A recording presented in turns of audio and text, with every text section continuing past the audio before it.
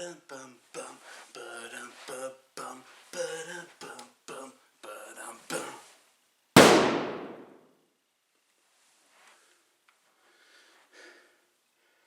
Alright, team. We need the spoiler of the spoiler because of the spoiler. Got it? Ethan, are you freaking daft? The spoiler? The spoiler. Best Mission Impossible movie ever! Hope in humanity, faith restored!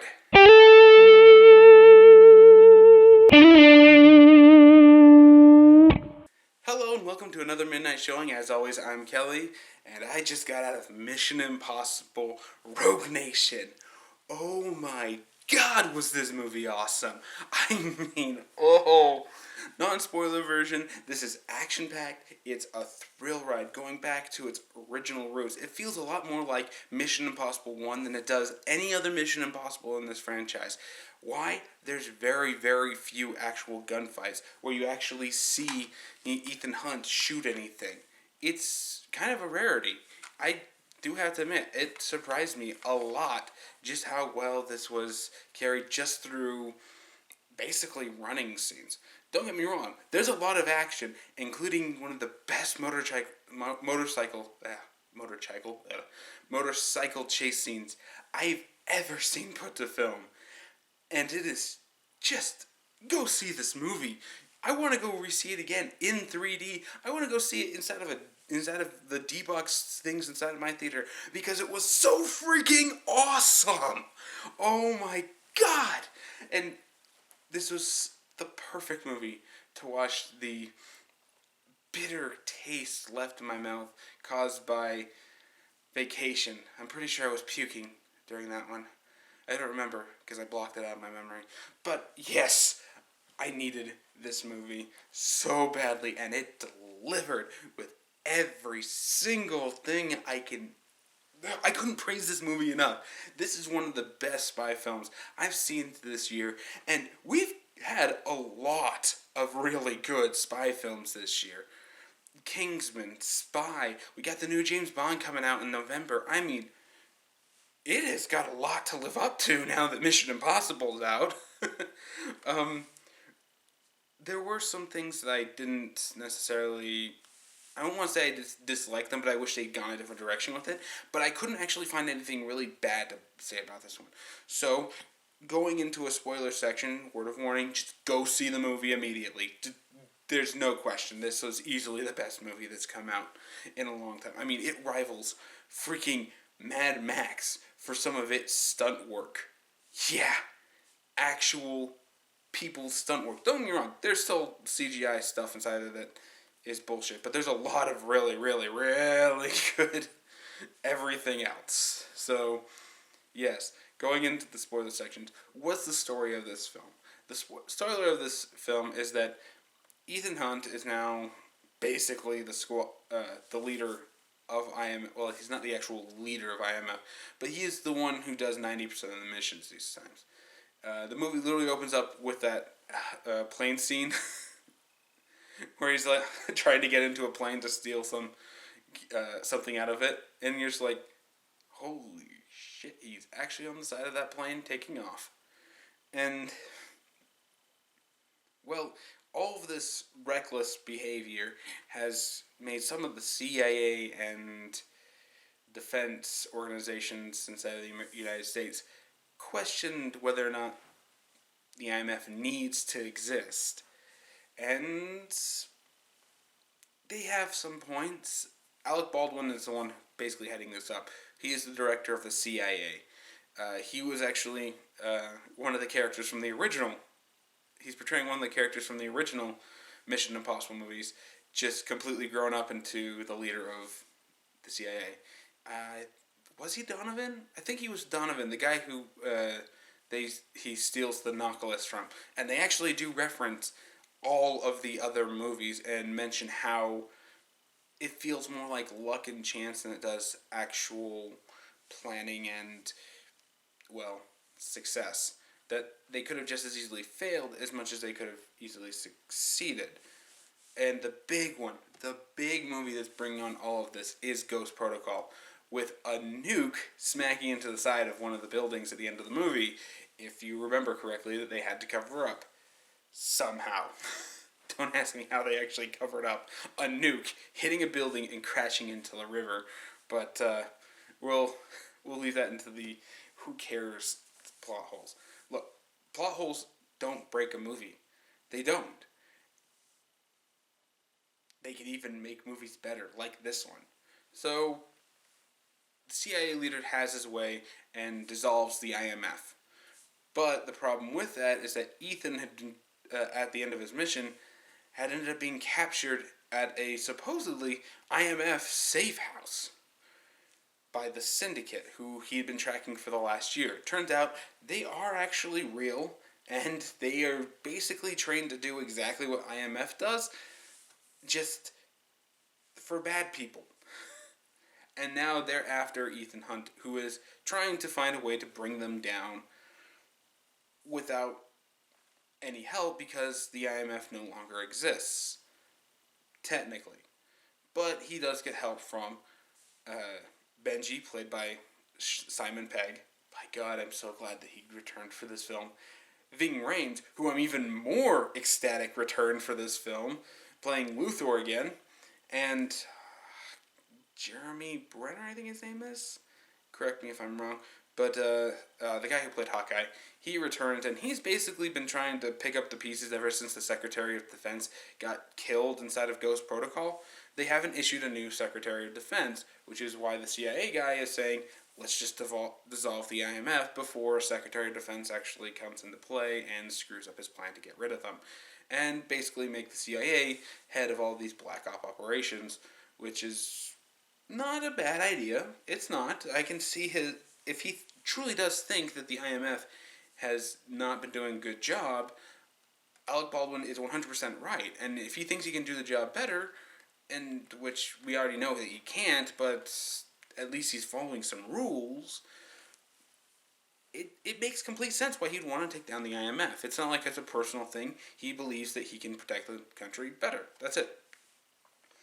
But, yeah, so he's hunting Ethan Hunt because he wants him to answer for all the crimes he's done throughout all the years as an IMF agent. So, on one hand, you've got Ethan Hunt hunting and being hunted by the criminal syndicate who were basically designed and tasked to do exactly what he does. And on the other hand, you've got the CIA and his own government tracking him down, trying to bring him to crime and kill him. Bring him to justice and kill him. It's a pretty intense thrill ride. Benji is the first one who actually really does help. Everyone else tries to keep a low profile. Benji is the one that actually ends up getting called to Venice or not Venice, but Vienna, and trying to help Ethan. And he's the first to actually join and do all these missions. There's a girl inside of the syndicate who, for whatever reason, is trying to help Tom Cruise. Now, they keep it up in the air as to who she's actually serving and what's going on, and it's not really until the end that they tell you exactly what's going on with her character.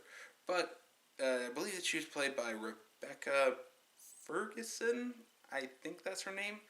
And I can't think of anything I've ever seen her in, but she was perfect. I mean, perfect. Not only is she hot like a freaking Bond woman, but by God, she is a badass fighter on the level of freaking Black Widow. She's just doing flips and kicks and throwing guys. She fights on par with Ethan Hunt. This is how you make a badass female character, people. Just look at what they did with her and copy and paste. Because, by God, she's intelligent. She's complicated. She's got all of this emotion. Oh my God. I could not praise this woman enough. Which is all the shit that she does. Doing all of her flips and kicks. And oh, it's brilliant. It really is. This entire thing is freaking.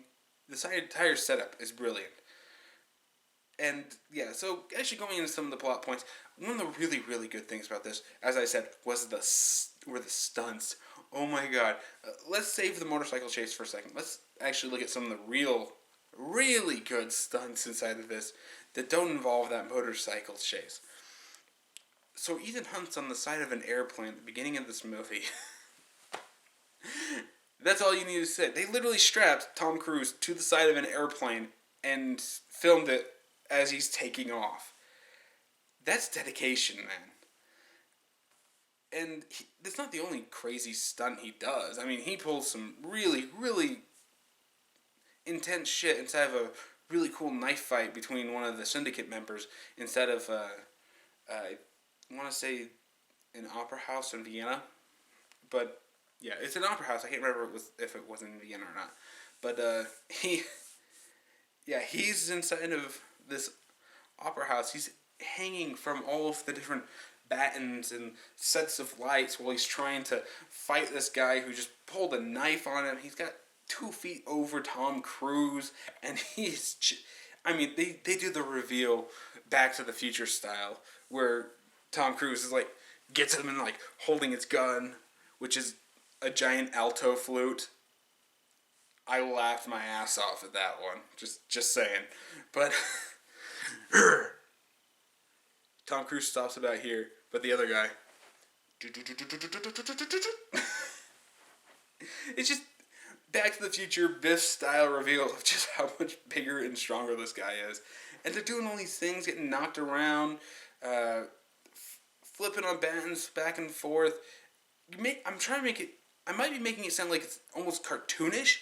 It's not. They're clearly suspended in midair while doing all this stuff, and it's pretty intense and awesome. There's another scene where Tom Cruise is inside of this tank, and he's actually swimming inside of a tank. Although you can definitely tell when they had to splice in CGI versions of him to do certain things of it. But yeah, he's actually swimming in this tank trying to get this thing open and do what he needs to do and whatnot. And it's actually pretty good. I have to say, I'm rather impressed with his level of athleticism. I really am. To do some of the fight scenes and stunt work and dips and slides and just... Tom Cruise. Give that man an Oscar right there for just practical acting and fighting and practical ability. Because as much as people like to make fun of Tom Cruise, and yes, the best action and stunt scene inside of this is literally Tom Cruise on a motorcycle. I'm sure that Cinema Sins is going to love it when they actually do send this video, because yeah, every cliche is there. Long stretches of Tom Cruise running. You've got Tom Cruise who's on a motorcycle for probably the most intense 10 minutes of the movie. And that's saying something. This whole movie is intense. It's very gripping.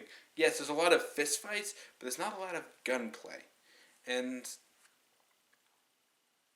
I kind of wish it kept that way. Again, this is one of my things that, not bad, but something I would have preferred.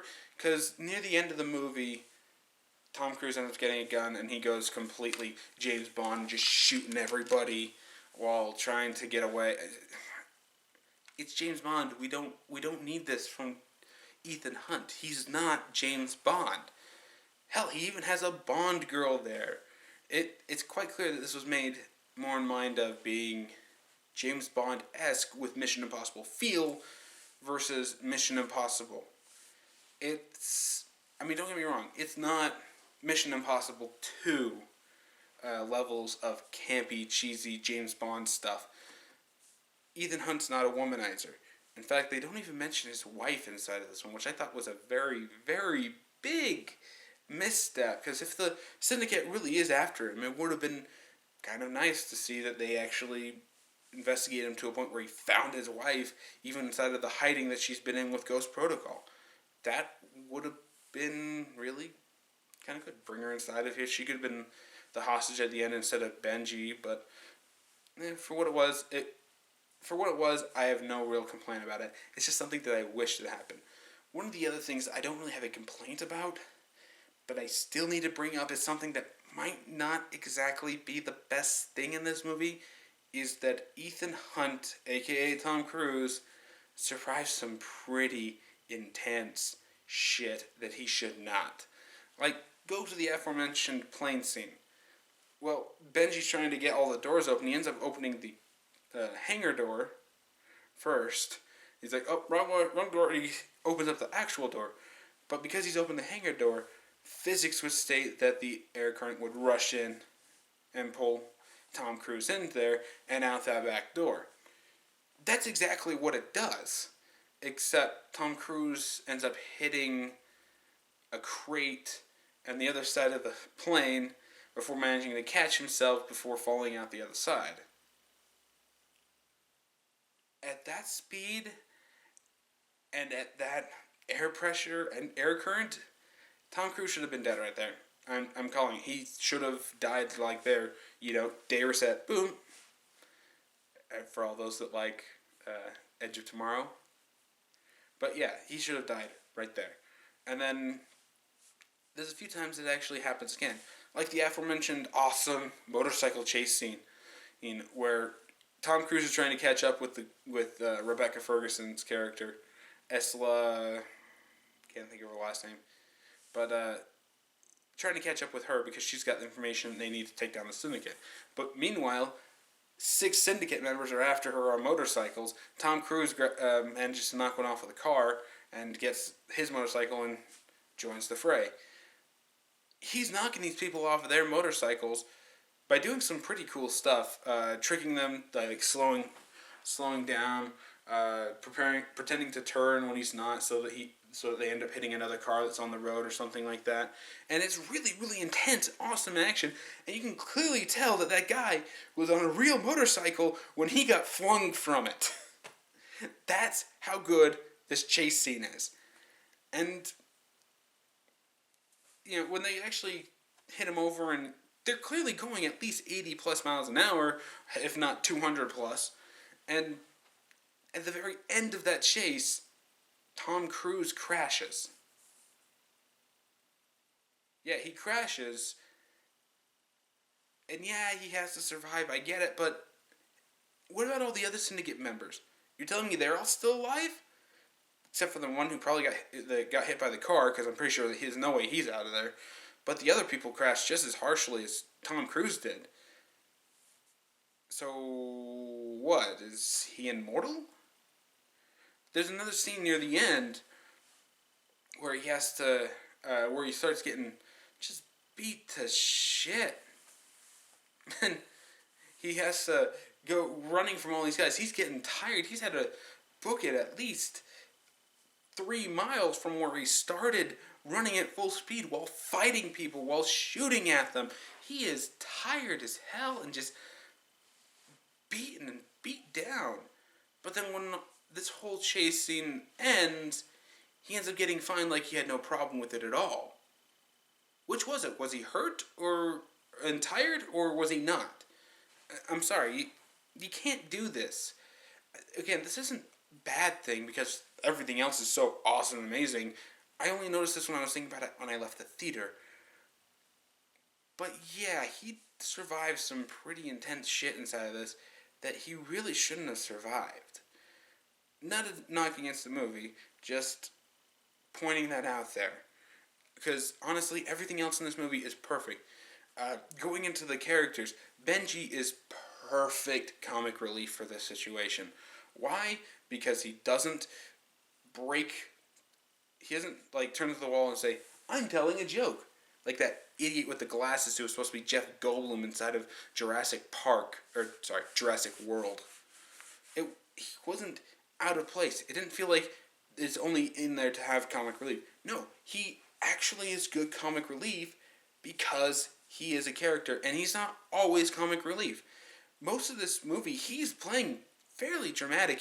At one point, he has to snap at Ethan Hunt for just being crazily obsessed about everything, and he calls him out on it. And Simon Pegg, you are an underrated actor. You really are. And this movie is proof of that. Because most of his stuff is like that. Playing dramatic, snapping at Ethan, looking down because of they realize just how hopeless the situation is playing off what it is that everything. Just, he does not get enough credit for being a dramatic actor. He gets all his credit for being comic relief, and his comic relief in here, when he actually does it, comes off very natural and very well, and never forced at all. And that's what really sells him, is that there's a scene near the end which is ripped straight from not Doctor Who, but from Steve Moffat's Sherlock series. I believe it was the season finale of season 1, third episode. Yeah, 3 episodes, come on. If you're only doing 3, there should be more seasons out by now. But that's an argument and review for another day. Inside of that episode, there's a game between Moriarty and Sherlock, where Moriarty has strapped up people to bombs and put an earpiece in their ear, and basically telling them to say everything that he's telling them to say or do, or he blows them up. Benji gets captured in this movie and strapped with a bomb and putting it in there, putting the freaking earpiece in, and he goes completely robot trying to talk to him like this. He's like, "This is the end, Mr. Hunt. This is how it always should be." And in the middle of this intense situation, Ethan Hunt manages to get the upper hand and gets this really good tension timer going down on this bomb while everything's just going wrong for the bad guys, basically. I'm not going to tell you how, but then in the middle of this, Benji get up. He's like, "Remember that talk we had earlier about you maybe taking things a little too far? This will be that time, and this is me talking. Now please tell me you have a bigger plan than this."